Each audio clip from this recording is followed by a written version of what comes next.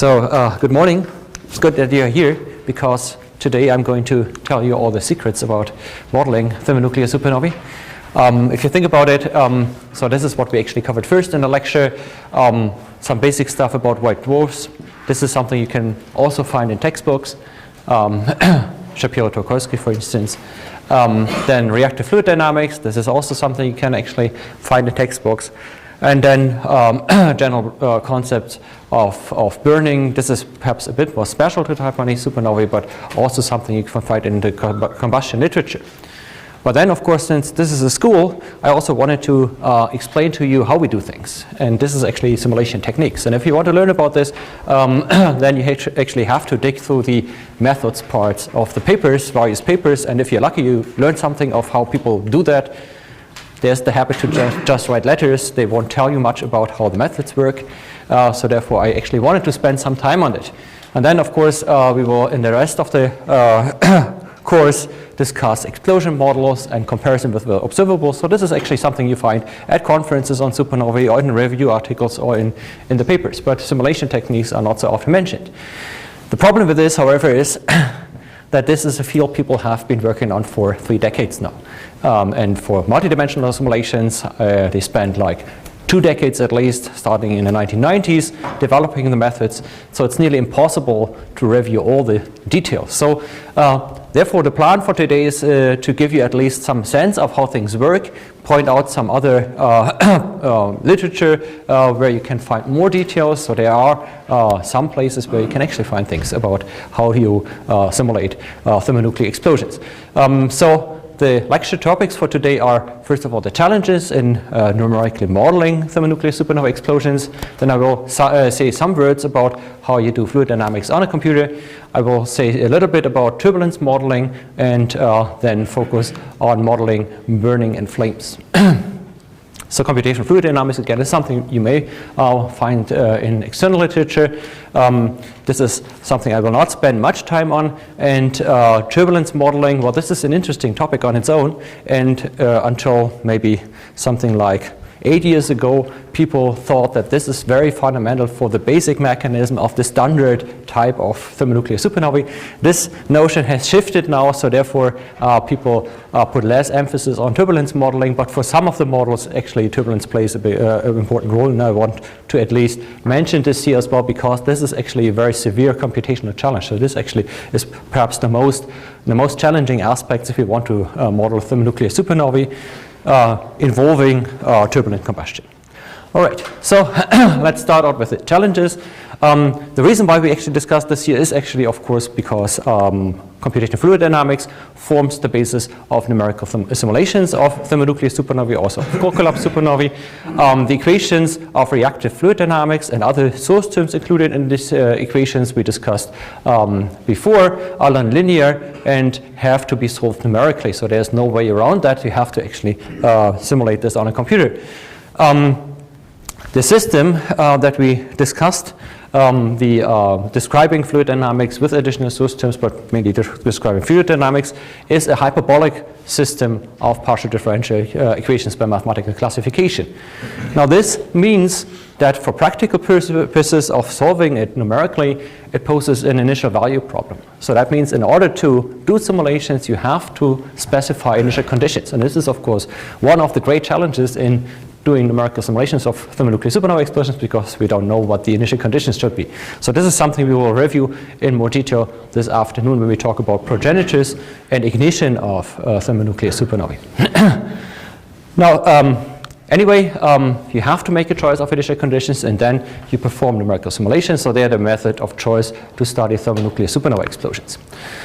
Now, why is this challenging? Well, the equations that we have to solve involve different spatial and temporal scales that have to be resolved, or at least modeled if you cannot resolve them. We have to deal with nonlinear instabilities with turbulence, and these are fundamental for the dynamics, and this is of course always challenging and hard to capture in numerical simulations. And in addition, we want to include multiple physical effects that describe the thermonuclear combustion process as we discussed it yesterday, and they all have to be accounted for in the simulations. So it's a multi-scale and multi-physics problem. Scales are challenging with respect to time scales. So what's the problem with the time scales? Well, the progenitor evolution and the ignition process take place on hydrostatic or thermal time scales. So this is much, much longer than the dynamical time scales. So why don't we then just go ahead and simulate progenitor evolution? Well, the reason for this is that if you do hydrodynamics and want to follow this in hydrodynamical treatment, the most common way to discretize the equations of hydrodynamics in time is that you choose explicit time discretization. So for those of you who don't know what that means, here's a simplified example. So imagine that you want to follow the evolution of some hydrodynamical quantity u that depends on location and time. They want to follow its evolution over time. So then you have usually an equation like here, where you have the time derivative of this quantity is given by some function of it on the right-hand side that depends on the quantity, on the location, and on time.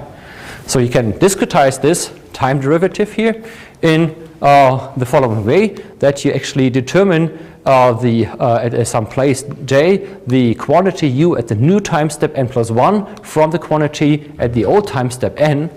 And of course, this then has to be added the right-hand side h times delta t, the time step you take. But the question is then, where do you evaluate this h? Do you evaluate this at the old or at the new time step? And if you evaluate this at the old time step, of course, then you can explicitly get the updated value right from the old values in the same location. So this is explicit time discretization. Implicit time discretization would take this this function here on the new time step, and this is then much more complicated to solve. So explicit time stepping is computationally much more straightforward, much easier to implement, and not so costly. However, the problem with this is that it is only conditionally stable. So if you actually do a stability analysis of such a scheme, if a Neumann stability analysis, you can do that for simple cases, then you will find that this numerical solution method is only stable provided that you take small enough time steps. And this is actually specified with the famous Courant-Friedrich-Levy condition, CFR condition. I will not give the rigorous mathematical definition of this here, but practically it means more or less that the time step you can take numerically is restricted to less than the sound crossing time over a grid cell. Okay, so this is a constraint on explicit time discretization. For implicit time discretization, you could take longer time steps, but then the computational method would be very, very difficult. So most people do explicit time discretization. So that means with these methods, we can only follow processes that take place on the dynamical time scale, because otherwise we would need so many time steps, small time steps, that it's impossible to solve these with reasonable computational resources. So then, of course, we have a problem with progenitor evolution and ignition. We cannot actually follow this in multidimensional hydrodynamical simulations very well, so therefore they are usually treated in classical one-dimensional stellar evolution approaches that do not actually follow the hydrodynamics. The ignition process is a special case, so there are some specialized methods and tools that are able to at least tackle this to a certain degree. With the explosion process, however, we are of course lucky because this takes place on a dynamical time scale, so this is actually something you can easily address with standard explicit time discretization of your hydrodynamics equations. So this is then the approach. One follows the explosions in computational fluid dynamics with explicit time discretization, standard schemes, and assumes a progenitor structure and ignition. Spatial scales is the second problem. So what scales do we have to resolve in the problem? Well, the ignition of a deflagration or detonation, this is something we will discuss in more detail this afternoon. It happens on very small scales, on microscopic scales, and there's no hope to be able to resolve this in multidimensional hydrosimulations that cover the entire exploding star. The combustion wave itself, once it has ignited, has a width, as we discussed yesterday, depending on fuel density, so it can be on the order of 10 to the minus 4 centimeters to a centimeter for the lower fuel densities. And inside the flame, different reactions take place. We have different length scales for the different burning regimes for carbon, oxygen, and silicon burning, especially at low fuel densities. These are vastly different, so it's hard to resolve silicon burning and oxygen burning at the same time in the same simulation. What's the global scale of our simulations of a thermonuclear supernova explosion of the entire white dwarf? Then, of course, we have to capture the entire white dwarf on our domain. And initially, a typical radius is on the order of 1,000 kilometers or so. And in the explosion, it expands with velocities of 10,000 kilometers per second. Now, the question then is, how long do we want to follow this explosion? And this is important in order to, in the end, be able to connect to radiative transfer that derives synthetic observables from the explosions. For that, one has to actually reach a stage where expansion makes all the hydrodynamics freeze out. So this is then reached in homologous expansion when the ejector move apart ballistically, and this is reached after about 100 seconds after ignition. So that means we have to follow an expansion by about 3 orders of magnitude and reach something like 10 to the 11 or so centimeters. So that means in our simulations, we want to describe a problem that involves scales on the order of 10 to 11 centimeters down to something 10 to minus 4 centimeters or so. So this is, of course, impossible. Current numerical resolution that you can reach on supercomputers is something that you have perhaps 1,000 cells per dimension or something like that. And you cannot, with 1,000 cells, resolve this range of scales that are important. So what do you do about that? Well, first of all, you can try to capture at least the expansion of the object. This is usually done by using expanding grids. So in the beginning, the white dwarf is a bit smaller, then you capture it on a grid, and then it explodes, and you follow the explosion with a computational grid in which the grid cells become successively larger. So this is an important technique.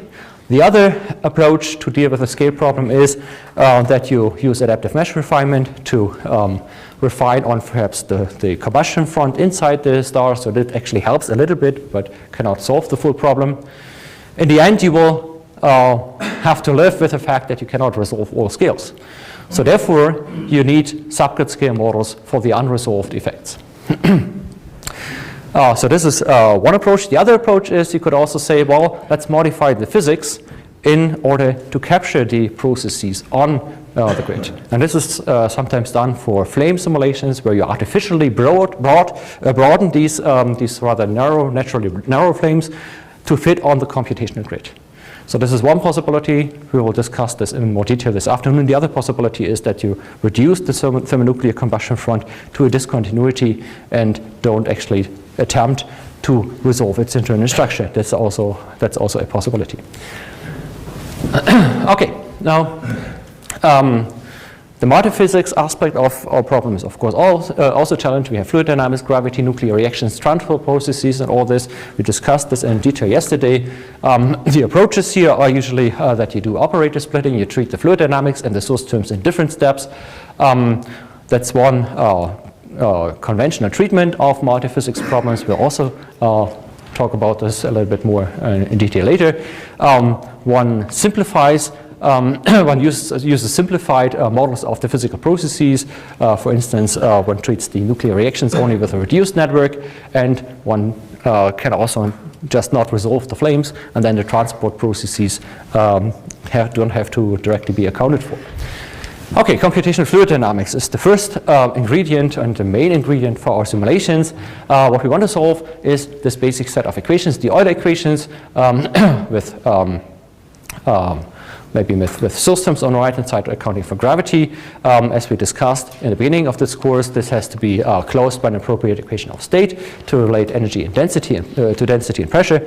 So we discussed the equation of state for white dwarfs, and this is actually the system of equations we want to solve. But this is just one way of writing down the equations. There's another way of writing these equations, and this actually relates to the fact that advection is the most essential process in fluid dynamics. This is captured mathematically by the hyperbolic nature of the Euler equations. A consequence of this is that the equations take a particularly simple form if they are expressed in terms of the time derivative with respect to the moving fluid. And this is then called the Lagrangian or substantial derivative. So instead of the time derivative, the partial derivative with respect to time, we take this plus velocity times gradient, and this gives us our Lagrangian derivative. And then the Lagrangian form of the Euler equations, you can rewrite them. Looks like here it's a bit simpler than the form that was written on the last slide. So this is called the Lagrangian form of the Euler equations as opposed to the Eulerian form of the Euler equations that we had on the previous slide. So here the derivatives are taken with respect to the coordinate frame is actually following the fluid motions, whereas in the Eulerian approach you actually have a fixed lab frame of reference. So some people, I think Stefan Roswag once said this in his talk, you can actually think about this difference like fish in an aquarium, and there's two ways of describing the motion of fish in the aquarium. Either you look at the aquarium and then discretize or describe the motion of fish, or you follow the motion of the fish themselves. This is Lagrangian perspective. Okay, now we have to solve these equations either Eulerian or Lagrangian form by discretizing the partial differential equations, and there are different approaches to discretizing these equations. One approach that is used quite often in astrophysics is a particle-based discretization approach, where you discretize the continuous matter distribution into particles of a certain mass. This approach is particularly well suited for multidimensional Lagrangian approaches. The potential advantage or disadvantage, depending on what you want to achieve with it, is that if you discretize a continuous matter distribution into particles, then you're of course automatically adaptive to density or to mass. You will have most particles and best resolution, of course, where the density is highest. The alternative approach to this is finite volumes. So here you discretize space into a number of intervals. So you have sort of the x direction, for instance, discretized into small intervals, small cells, and you then define the hydrodynamical quantities as cell averages over the continuous distribution, and assign these cell averages of the continuous distribution as the values of the cell, usually ascribed to the center of the cell. And this is better suited for Eulerian approaches. Lagrangian schemes on this discretization approach would be hard, because when you have a fixed grid and you want to move that with a cell, then the grid may easily tangle. So you need special approaches to actually implement moving grids. There are other discretization strategies that I only for completeness want to mention here. So you can also use finite differences, finite elements. Spectral methods have actually been used for simulating pre-ignition phases in white dwarfs, but this is just a side remark.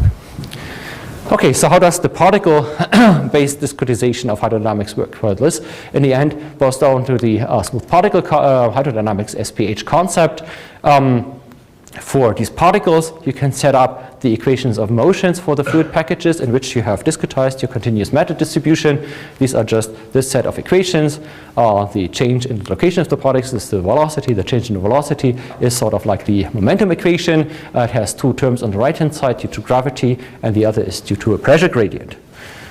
Now, this in principle for the experts is of course similar to the equations of motion of an n-body system. The only term that takes into account hydrodynamic effects here is the pressure gradient.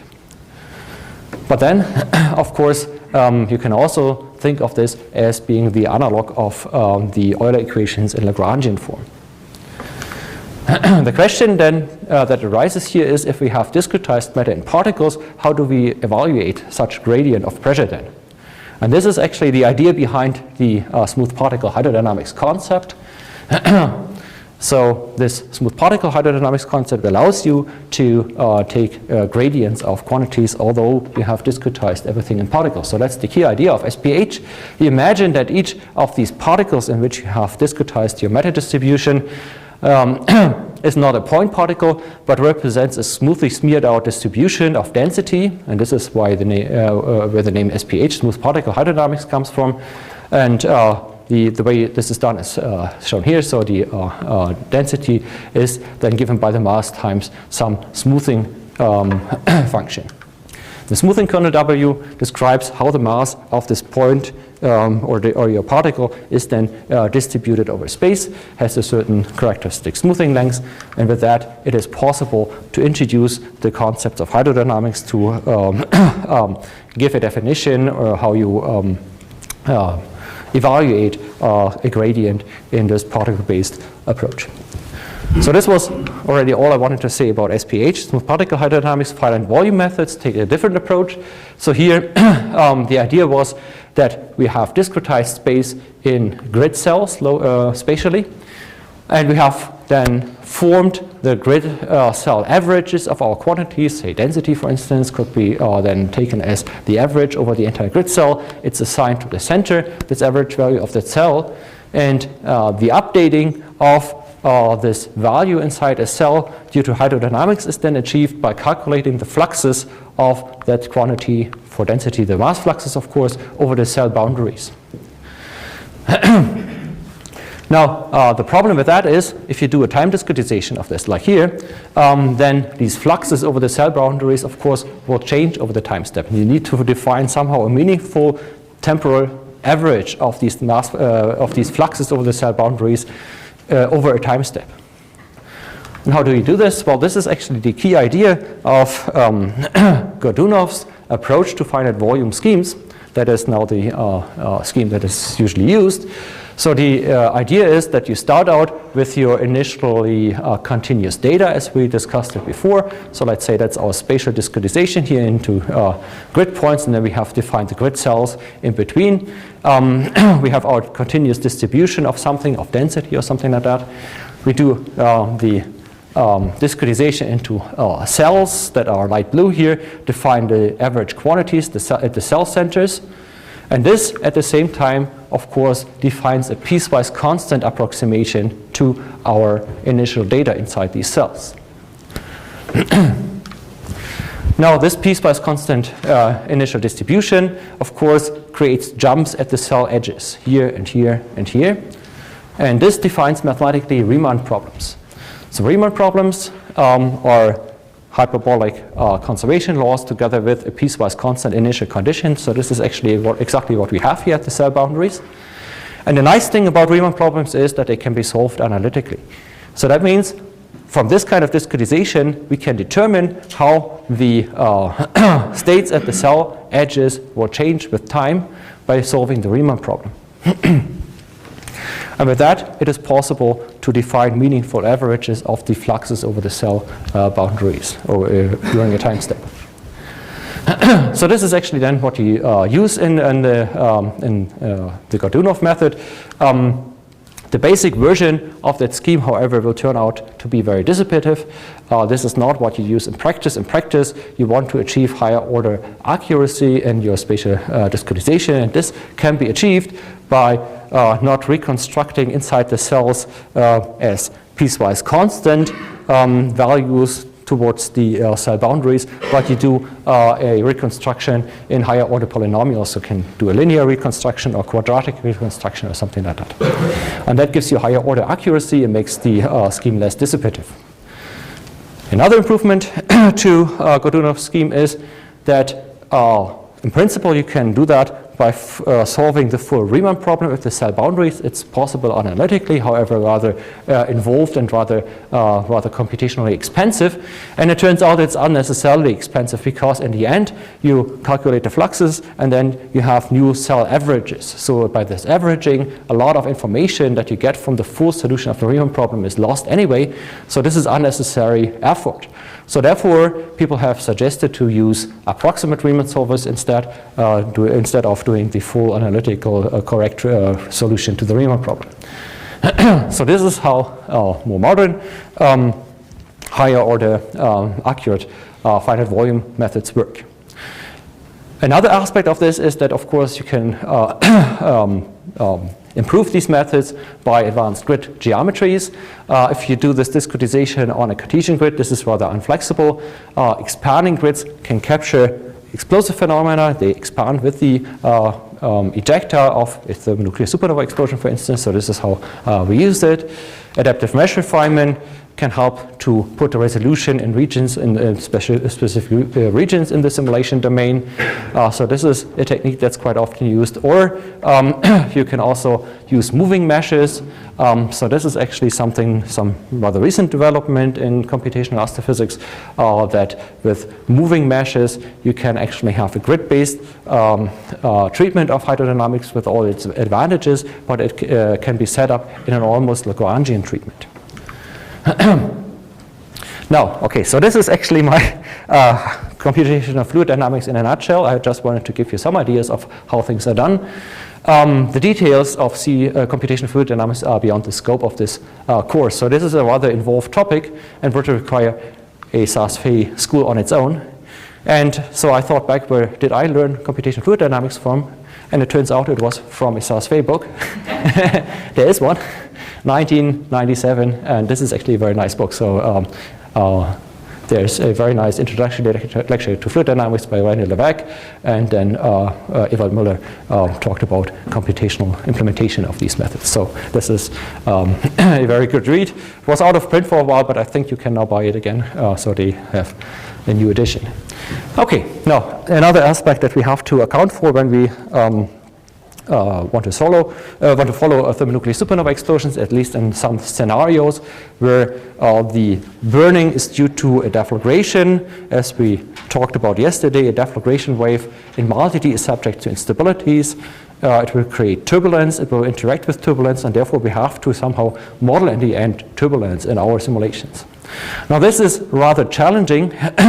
And I will just give a very, very brief overview of turbulence modeling here, because in principle turbulence is still a not well understood phenomenon. There is what's called Kolmogor's theory of 1941. It's not a closed theory yet. It is relying on 3 hypotheses that are unproven so far, but these hypotheses actually work to a certain extent to describe turbulent phenomena.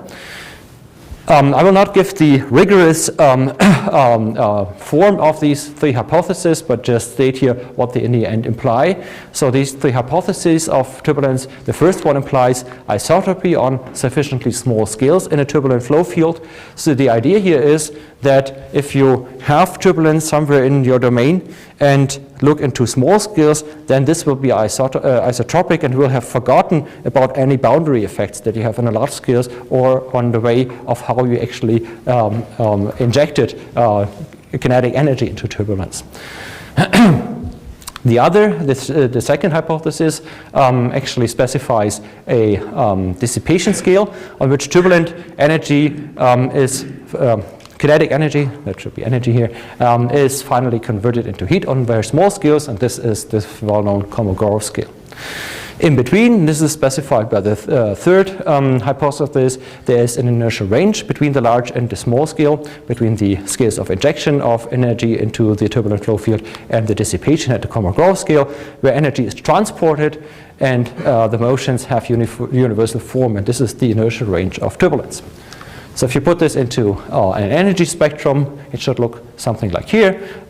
So you have the energy as a function of wave number, this is how the spectrum should look like. You have the largest scales where turbulence is or kinetic energy is injected into the turbulent flow field. You have the smallest scales where the energy is dissipated away into heat at the Kolmogorov scale. And in between there's this inertial range where energy is just transported without any losses of kinetic energy. And from Kolmogorov's hypotheses, you can do a dimensional analysis, and you will find that the energy scaling with wave number is this famous minus 5/3 law is here.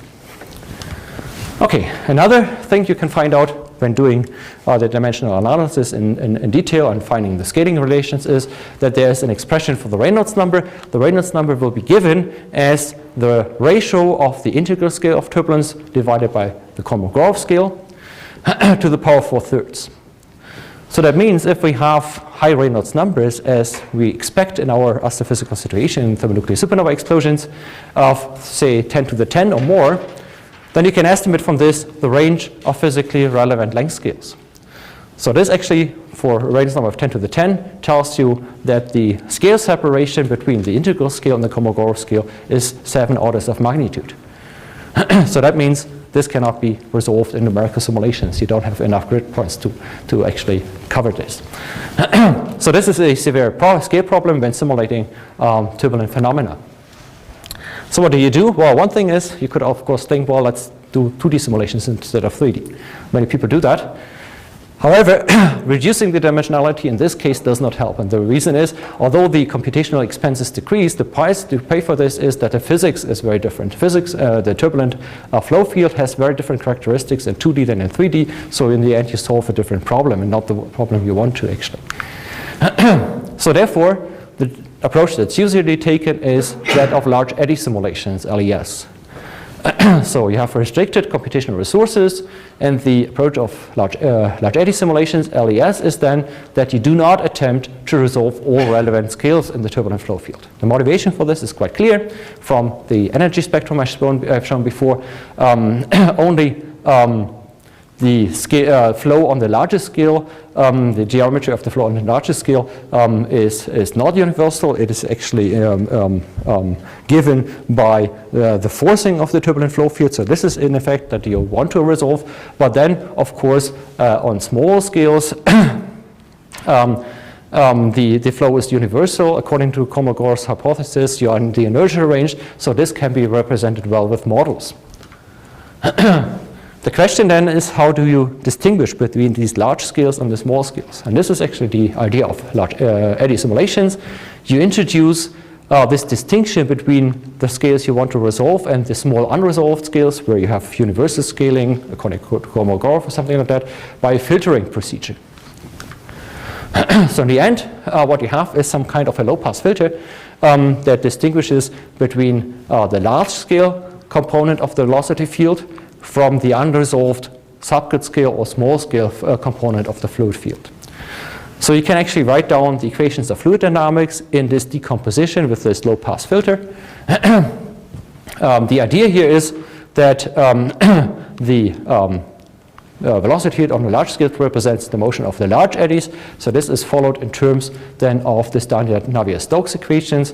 However, because of this decomposition, you will get an additional term due to the subgrid scale effects in the momentum and energy balance. And this actually is then the model that you have to follow. For this, a closure is needed. You need a closure for the subgrid scale stress tensor. I will not go into detail about this here. This has been worked out in particular with focus on simulating thermonuclear supernova explosions by Wolfram Schmidt in 2006. So if you're interested in the details, you can take a look into that. Okay, so much for computational fluid dynamics and turbulence. In the rest of today's lecture, we will take a look into how to handle the source terms. In principle, when we follow fluid dynamics with source terms, gravity, nuclear reactions, or so on, there are two different approaches to deal with this. So the first approach is that you have try to find a numerical scheme that solves the full equation of fluid dynamics, including all the source terms. So this is, of course, the nice and clean approach. The second approach is the quick and dirty approach, that you actually use operator splitting techniques. You split the equations into subproblems according to physical processes. So you would actually, for instance, treat the fluid dynamics with a standard solver, and then in a second special step, the other source terms, nuclear reactions, and so on. The advantage of this is that you can then use nicely constructed specific standard schemes for the solution of either of these steps. So you can use sophisticated high-resolution shock capturing schemes for treating the fluid dynamics and so on. So this is then possible. It would be very hard to find such methods for systems that involve specific source terms, because that would mean for every problem that you want to solve, you have to invent a new method. The disadvantage, however, is that this operator splitting is not rigorous, especially if you have nonlinearities. This is not mathematically rigorous and will actually introduce splitting errors, and you have to keep these under control. Okay, so this is in the end the case that we have with treating the reactions in our reactive fluid dynamics describing turbulent combustion. We have a nuclear reaction network to solve. We discussed this yesterday. It's a set of coupled nonlinear ordinary differential equations. The nonlinearity is due to the dependence of the reaction rates on second or higher powers of the specific abundance, as we discussed yesterday. We have stiffness in the system because of these very different values of the abundances. So you can have subabundances that make up most of the material, and have abundances that have that are just traces in the composition. And the reaction rates also vary by orders of magnitude. We have, and because of all this, because of the nonlinearity, you have to take numerical approaches to solve that system. Analytic solutions are impossible. Again, unfortunately, the details are beyond the scope of this course. I cannot actually go into detail about this here, but there's a very good intro of how to solve such a system numerically. It explains all the effects nicely, and this is this review paper by Higgs and Meyer of 2006. Okay, now what I will talk about here in more detail is how do we actually couple then the nuclear burning to the hydrodynamics to describe thermonuclear combustion. So this is quite challenging because of two aspects. So the first aspect is that you have to involve a rather large number of species to capture all the nuclear reactions that are relevant for us in detail. So you can estimate this. This was done by Alan Calder, for instance, in his paper. He tested this and found that a corresponding network would have to involve about 200 nuclei. So this is a rather large nuclear reaction network, and it's rather expensive to solve it. The second problem is that there's a large discrepancy between the spatial scales on which the burning processes take place.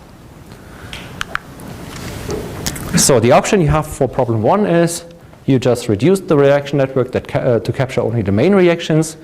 And what is actually necessary to capture for solving for the dynamics of the explosion is that you need to have the correct energy release, and the changes in the YE, the electron fraction, have to be correctly accounted for. So this is all that's relevant for the dynamics in the end, of course not for the nucleosynthesis. And this is in principle doable. The second problem, however, is more fundamental than the first problem. So the spatial resolution of current simulations reaches down to something, when you actually involve the entire exploding white dwarf, then you reach down to the resolutions of about 1 kilometer or so. So here's a number missing. Yeah, I think it was maybe something like 10 to the 9 grams per cubic centimeter. So at a fuel density, at a high fuel density, say 10 to the 9 centimeter, then the width of the carbon flame is very small. So something went wrong here with the numbers.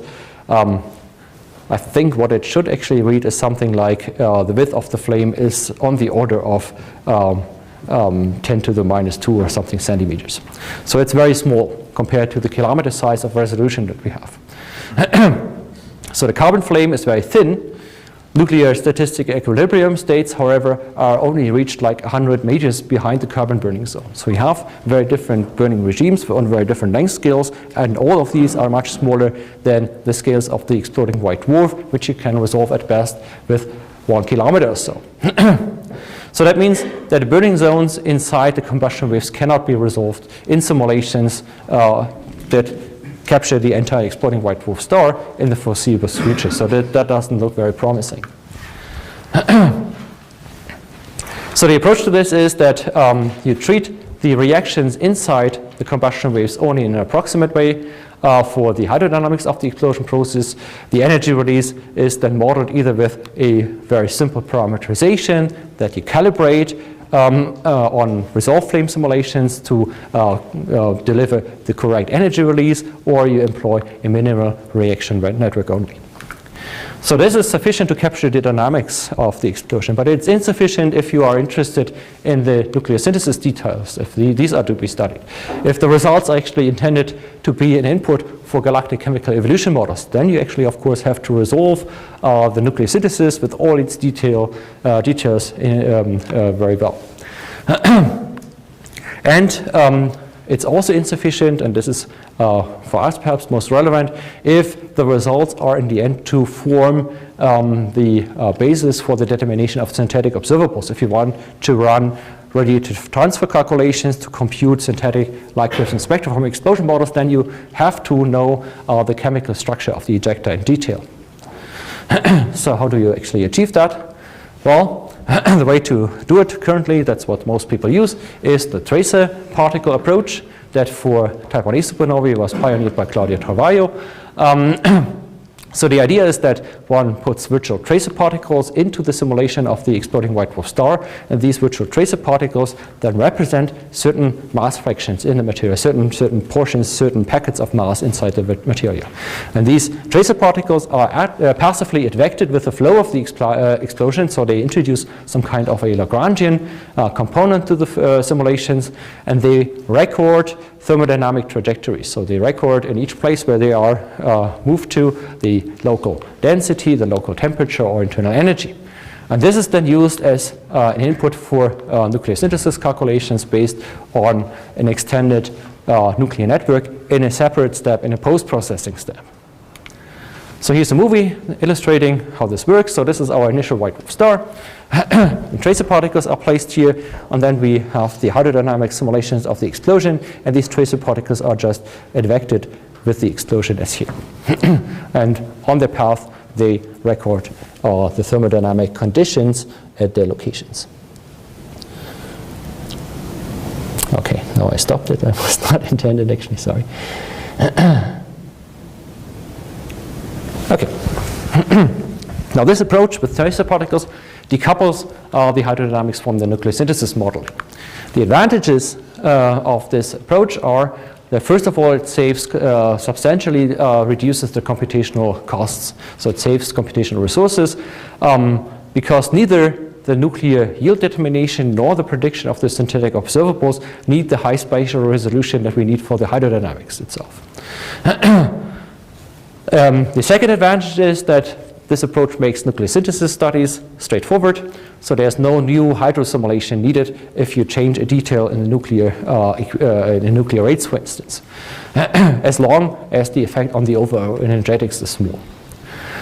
So that means you can test your nuclear physics data independently of hydrodynamic simulations. So for instance, people have tested the sensitivity of the nuclear synthesis outcome to changes in the rates. This was done by 2 groups recently.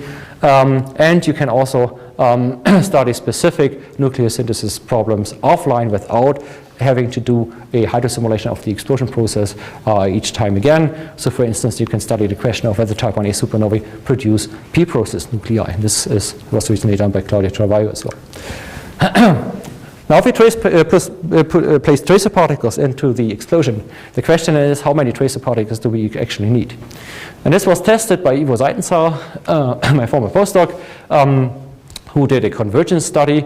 And so the question that he addressed was, how many tracer particles do we have to place into the explosion simulations in order to converge in the total yields that we get?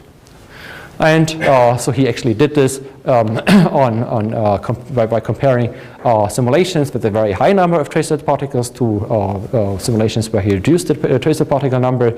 And what he found in the end was that it's not a lot of tracer particles. So you need about 32 to 64 tracers per dimension only. So that's a rather modest resolution. And then you are converged to better than 5% in the abundances in the most abundant nuclei in the ejector. However, for radiation transfer calculations input, it's probably not good enough to have such a low tracer resolution. You want to actually have a better resolution of spatial inhomogeneities, as illustrated here in the background. So this is the nickel distribution in a typical supernova explosion simulation. The problem here is that radiation transfer is very expensive, so we have not tested convergence in detail yet. What most people do is, in current 3D simulations, that you place about 1 million tracer particles into the explosion. This is computationally doable, and we hope that this is sufficient. Okay, now that much to the nuclear reactions. Now we actually will take a look into how we model flames. And starting out with deflagrations, we have stated already that it's impossible in simulations of the entire white dwarf star to resolve the internal structure. So therefore, 2 strategies have been developed to still be able to represent flames in these simulations of thermonuclear explosions of the entire white dwarf. And one is artificial broadening. So here, you just change the physics of the flame, the microphysics of the flame, to make it fit onto the computational grid. So that is, you tune the coefficients in the microphysical transport models, and you tune the progress of the reactions so that the flame becomes so broad on the size of kilometers that you can resolve it on your grid. The other approach is the discontinuity approach. So here you just treat the flame as a sharp discontinuity and you don't make any attempt to resolve its internal structure. So neither of these approaches captures the true physical processes inside the flame correctly. So let's take a look at artificial broadening first. So this was pioneered by Alexei Koklov and later on worked on by the Chicago group at the Flash Center. So the idea is based on a so-called reaction progress variable that governs the energy release in the species conversion in your resolved simulation. And this progress variable is actually then evolved in time with an advection diffusion reaction equation. So that's an equation that looks very similar to what we actually have looked at yesterday for hydrodynamics. So we have again the time derivative of this progress variable is given by some advection term is here, and then we have on the right hand side two other terms. One is a diffusion term and the other is a reaction term that produces or destroys this progress variable. So if no advection was there, then the progress variable would be propagated by diffusion and it would be produced by the reaction. Okay, so this is just an artificial model. It has 3 parameters because the conduction that you use here and the production and destruction of this progress variable has nothing to do with the true physical processes inside the flame. So the diffusion coefficient and the time scale for the reaction are 3 parameters. And they are actually tuned to make the flame broad enough to fit on the computational grid. So this does not reflect the microphysical processes. So the flame in this way is tuned and calibrated to match the intended global flame properties. You want to capture the right flame speed, the right energy release, but you want to have it so broad that it fits on your computational grid, that it can be resolved on your computational grid. The alternative to this is the discontinuity model that was actually pioneered by the group at the Max Planck Institute for Astrophysics in Garching. Martin Reinecke worked on this for quite a bit. So the idea here is that you treat the flame as a true discontinuity, as in the analytic picture that we developed yesterday. So the energy released in the species conversion is assumed to be instantaneous inside the flame, which is not resolved. The question is, how do you propagate such a discontinuity in a grid-based hydrosimulation? And this is achieved by the so-called level set approach. So the idea here is that you associate the flame with the zero level set of a signed distance function. So this is given here. Maybe it's better to show a picture of this. So the idea is that you define a signed distance function that in each point measures the distance to the flame, and that means that the zero level set is the location of the flame. And now you have to somehow model how this flame propagates, and this is done by the so-called G equation, the equation of motion for this signed distance function. And it involves the fluid velocity and the burning processes. And both actually then propagate the flame, and you have to update the signed distance function in a certain way. So you can imagine this, how you propagate this zero level set here, which describes the flame as being like, say, a volcano island in an ocean, and then the volcano actually becomes active, and this drives out the island out of the ocean, and the shoreline, which is your flame front, will then propagate. Right? So this is sort of a pictorial view on how this is done. Okay, so that's the level set method. Question is, which approach is better?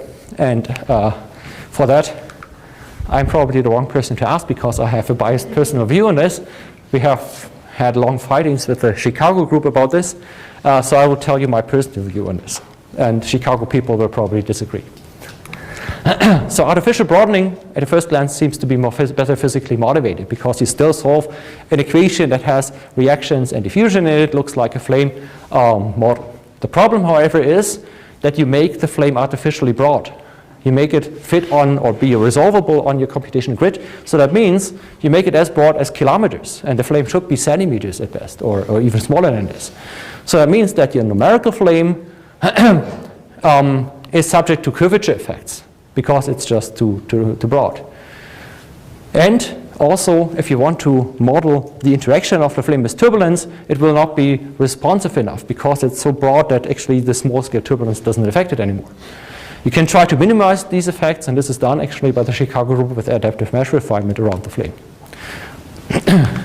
The discontinuity approach is perhaps less physically motivated, but the nice thing is because you have described the flame as a discontinuity, you achieve subgrid cell resolution.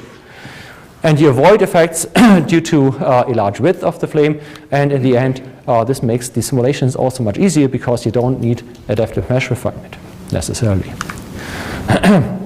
However, both approaches are widely used in thermonuclear supernova simulations, so you will find examples of both in the literature.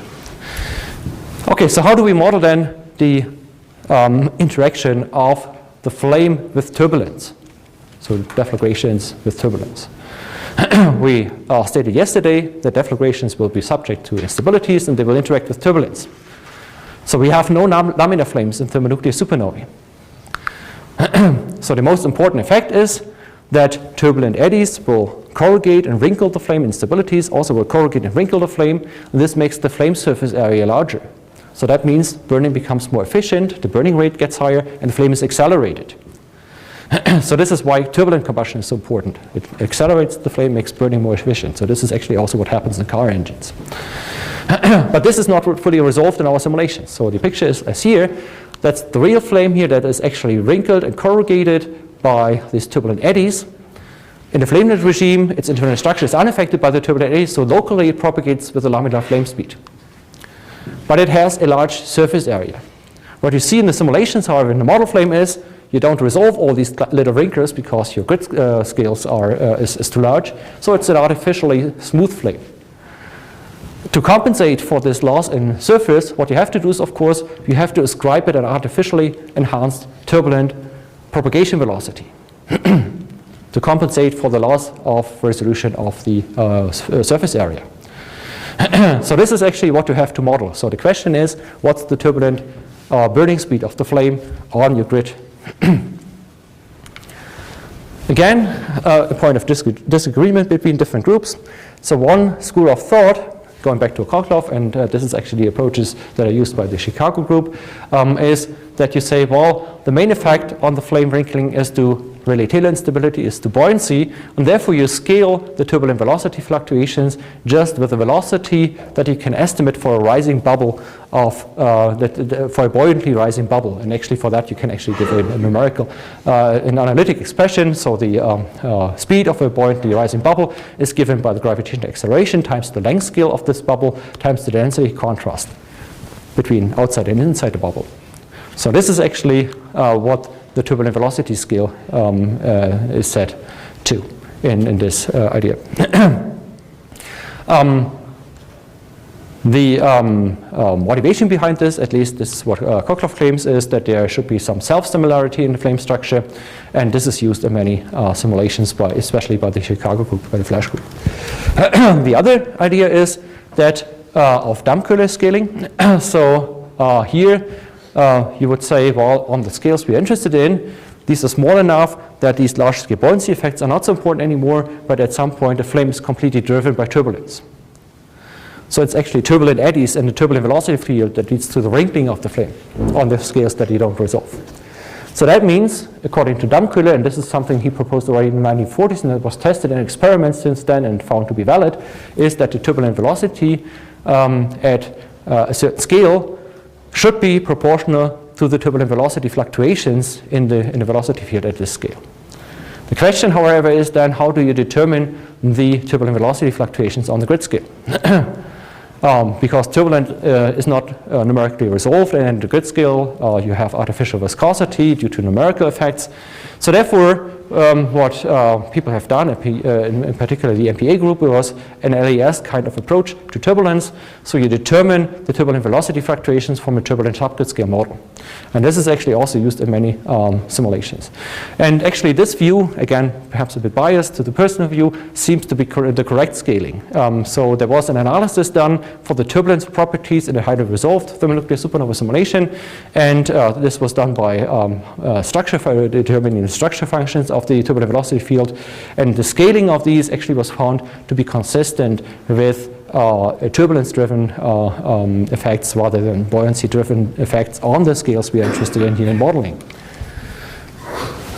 Okay, so I will just show you this schematic picture of how the LES approach works.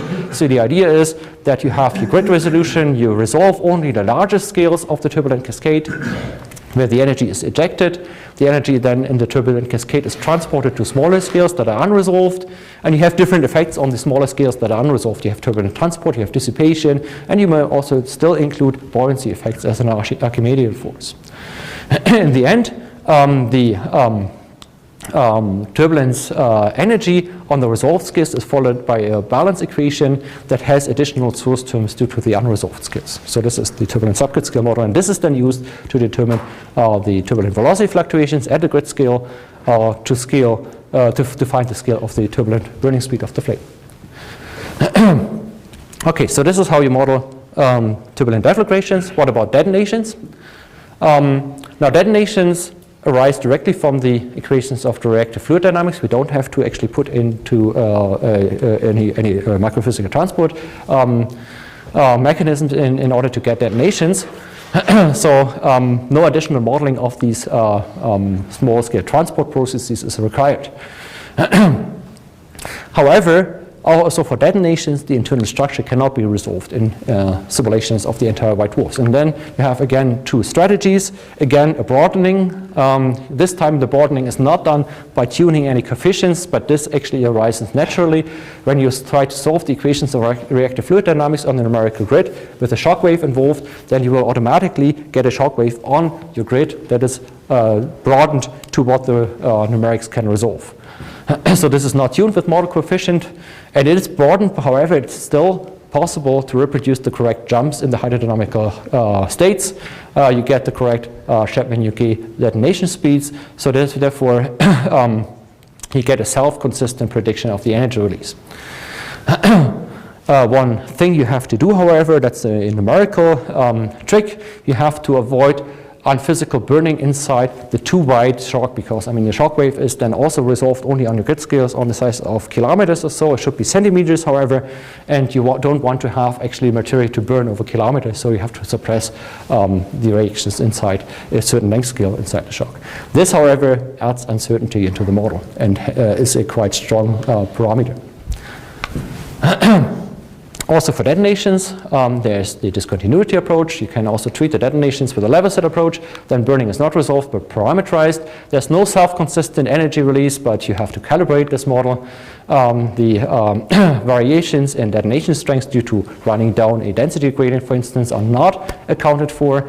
The advantage, however, is that you have subgrid scale resolution, so you can avoid unphysical burning through thin ash layers that are left behind from a previous deflagration, for instance.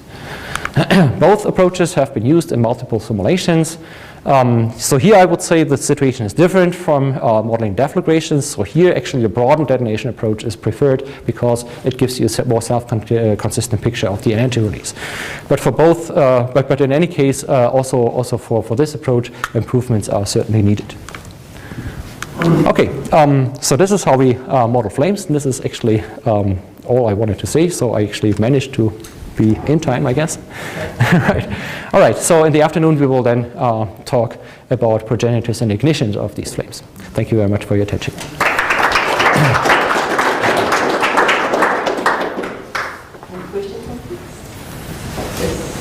You had this one thing from Ivo Seitens, the tracer resolution. Yeah. I didn't fully understand the 64 per dimension. That's 64, yeah, then it's 64 cubed. But it depends on the size of your problem also. Yeah, I mean, what he studied was deflagrations and delayed detonation in John Fonseca Mars white dwarfs. Okay, so for that specific. For that specific, but I mean, you would not expect to have vastly different numbers for sub-John Fonseca Mars explosions. So that's the order. I mean, the point is you don't need actually so many tracer particles to capture the total yields in the end. But the problem is for the determining of the chemical structure for radiation transfer, you need to resolve the structure in there. And the question is to what degree, I mean, to which structures, to which scales is actually radiative transfer sensitive. So what, I mean, with radiative transfer, you also average over structures, right? But what is the averaging scales there? So this is very unclear. And to test this would be very, very expensive because we would have to run radiative transfer simulations for different resolutions, and this takes quite a bit of computer time. I mean, nowadays, that's something I should perhaps also say. If you do these simulations, the hydrodynamical explosion simulations of these white dwarfs are not so demanding anymore. You can do that easily on a modest number of cores, a few thousand cores, which you easily get. The radiative transfer, however, in the end, that's very expensive. Another question? Actually, I have one. Yeah. You mentioned that you have to calibrate the discontinuity approach for the detonation on what? For detonations, yes. Yeah. So the way we do it actually is, because you can either try to do a microscopic offline simulation of a 1D detonation and then see, depending on field density, what you get out, what the energy release is. So this is actually one approach that would take quite a while, so we actually avoided this effort. So what we did is we set up a simulation, put in our detonation, assumed everything will burn to nickel. So maximum energy release. Then we do with the tracers post-processing. Post-processing will tell us, well, the densities were too low, it would not burn to nickel. So we have a better estimate of what actually the outcome would be and the energy release would be. And then we actually feed this into our simulation and do the next simulation with the improved energy release. And then we again do nuclear synthesis post-processing. We do an iterative process of this until we are converged in the energy release. And this is how we calibrate the energy release. Another question? No, that's fine.